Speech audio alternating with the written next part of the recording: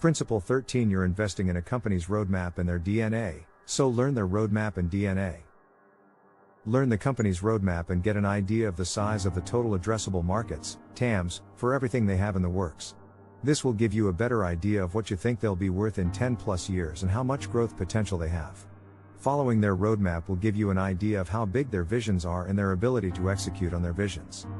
As far as it goes regarding their DNA, here are some example questions to give you an idea of what to look for. Do they have a culture that rewards innovation and punishes lack thereof? Are they a bureaucratic nightmare that moves in slow motion due to internal politics? Do they operate with a strong sense of urgency? Do they have strong product velocity, frequently shipping quality product updates? Most importantly, how is their ability to attract talent? Does the company consistently rank high on desired places to work lists? How does it rank for desired places for engineers to work? Principle 14. Think probabilistically. Black and white thinking is human nature, but reality often exists in the gray area somewhere in between. By the time something is a 100% certainty, it's generally not going to give you 10x plus returns, since future cash flows are generally priced in at that point. Blockbuster gains come from getting in earlier than when it's a certainty. But as I mentioned previously, the earlier you get in, the higher the risk and likelihood of losing your investment. Jeff Bezos is known for his 70% rule when it comes to business. He aims for 70% likelihood of success in the big endeavors he takes on because this means they're pushing the boundaries just enough. I view investing similarly. Aiming for a relatively high likelihood for success, with no guarantees, is the sweet spot. Unless you're just making a small moonshot bet in something very early stage. Lastly, when you're modeling out future revenue and earnings growth potential for your companies, you should base your valuations on probabilities as well. Many fund managers and analysts like to give their bull case, neutral, and bear case for future valuation estimates. This is a good idea, since there are so many variables outside of your control. I like this mainly because it doesn't tie you to a black and white view of success versus failure on your investment. There's usually a spectrum with everything in life. Principle 15. Get good at losing money, on paper. If you invested in Apple and Amazon in the late 90s, you would have experienced 50 to 90% dips in the stock price several times over the course of 20 plus years. But you'd still be up tens of thousands of percent in terms of overall return on your investment if you never sold along the way. Studies have shown that the brain experiences financial loss as actual pain. This is because the same areas of the brain that are activated when experiencing physical pain are also activated when experiencing financial loss, such as the anterior cingulate cortex and the insula. This is thought to be an evolutionary mechanism to help us avoid situations that may threaten our survival, such as losing resources that are essential for our survival and well-being. This is what makes investing so hard. You literally have to go against your own human nature to do it successfully. It's never easy to lose money, even if it's temporary paper losses. It makes you question everything. It makes you feel like a failure. However, the best long-term investors take advantage of these temporary discounts, knowing they're in it for at least 10 years. And that the company will be worth way more than it is in the current dip. Studying and practicing stoicism helps, but ultimately, it will require rewiring your mind. And that can only be done through exposure to your psychology being tested over and over again. I was able to build up a strong tolerance for losses in my early investor years as a day trader. I remember the first trade I ever made where I came back from class a couple hours later to minus $50 and was heartbroken. Now I can watch my account lose 6 figures worth in a day and laugh before buying more. Build your stoic muscle through exposure. And make your default defense mechanism to dive deeper into your research whenever the market makes you feel crazy. Revisit your thesis. Has the 10-plus year outlook for your thesis changed or been seriously threatened? If not, then it's just another buying opportunity. Principle 16. Seek contrarian opportunities.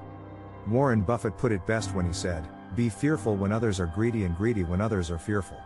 You want to deploy your capital when great companies are on sale during down markets, like the recessionary environment we're currently in as of early 2023. I've been laughed at for my predictions, which can be a good sign you're early on something, although not always. Just know that you have an infinite amount more knowledge of what you're investing in than the average person. And it's those nuggets of insights you've discovered in your research that give you an unfair advantage in seeing how the future will play out. It's impossible to time the bottom, but you can dollar cost average in while the market stays down. That's just a fancy way of saying buy a little each week or so versus dumping it all in at once. Principle 17. Become an astute observer of the world around you. Business is about solving problems and providing value to people. Understanding human psychology is a superpower in business and investing. While it's important to learn about aggregate trends through data, it's just as important to see how the data matches up with or doesn't match up with what you experience in the real world. Observe the things people are using, doing, and talking about. Observe them over time, as you'll get head fakes along the way, which come in the form of fads, for example Pokemon Go, Clubhouse, etc. Look for behavioral change to find opportunities early. For example, it was pretty rare for someone to be comfortable recording themselves on camera before TikTok. So many didn't think apps like TikTok would take off. But instead, TikTok drove mass behavioral change, to the point where it has become much more normal to talk into your phone camera, even in public. Becoming an astute observer takes conscious effort at first, but once you've trained your mind to operate that way, it's hard to turn it off. Your ability to see the world how it is versus how you want it to be is everything when it comes to investing in business.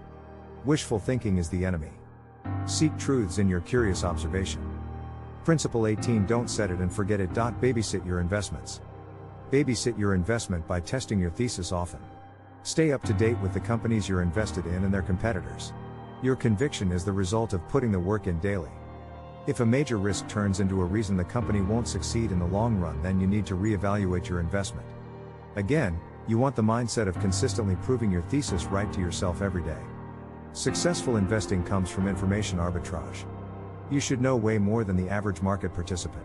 You should know everything you possibly can about the companies you're invested in. Companies and markets are dynamic. So you have to never stop learning and updating your existing knowledge of your investment companies and markets. Investing in lines, not dots, applies not only to getting in the stock, but also for holding it and knowing when to finally cut ties with it or reduce your position in it. Principle 19: First to scale is more important than first to market. First mover advantage is nice to have, but sometimes an aggressive, potentially heavily funded, competitor comes in and gets to scale first. Watch for this.